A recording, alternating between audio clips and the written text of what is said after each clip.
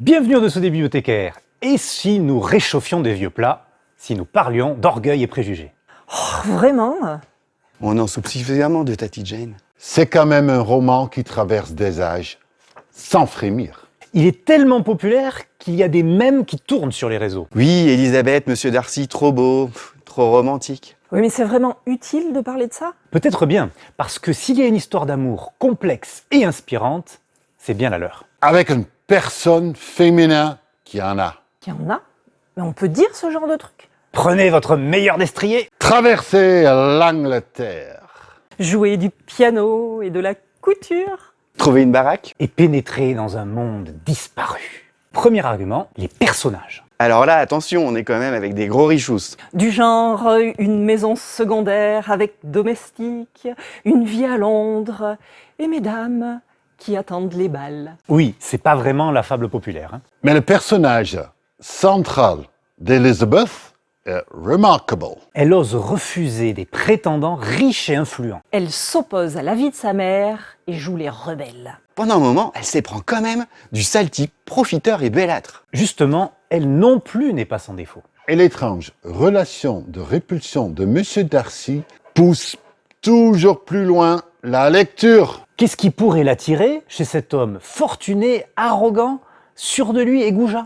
Ok, c'est sûr que Jane Austen sait écrire. La construction du roman est parfaitement dosée. Une galaxie de personnages qui tournent et qui éclipsent parfois le duo principal, du cliffhanger, la totale.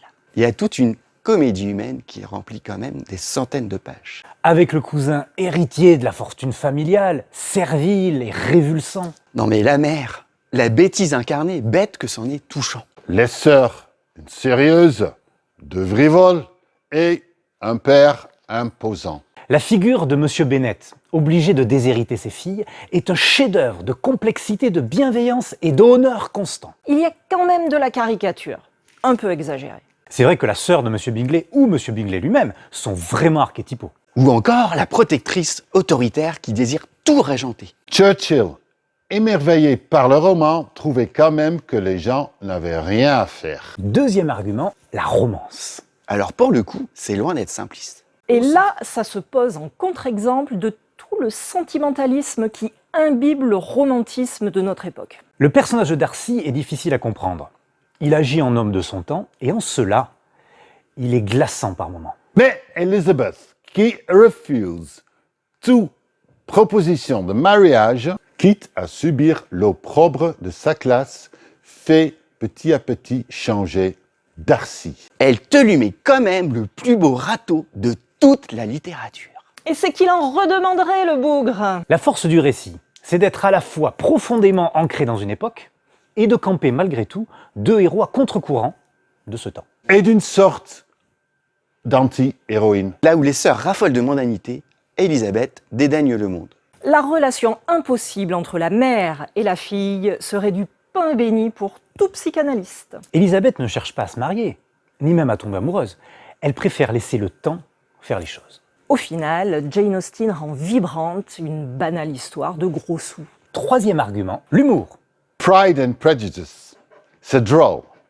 Ça pétille et ça danse. Ça casse dans tous les sens. C'est parfois même grotesque. Les voix sont tellement bien écrites qu'on reconnaît chaque personnage avec quelques mots. C'est comme si Jane Austen avait réussi à prendre suffisamment de recul sur son époque pour la tailler à la serpe. Chacun a ses désirs, soit mesquins, soit niais. Le changement rocambolesque de mariage pour le cousin est gênant. On se demande comment il arrive à ne pas rougir de lui-même. Et même la toute fin est empreinte d'un humour grinçant. Oui, mais chut.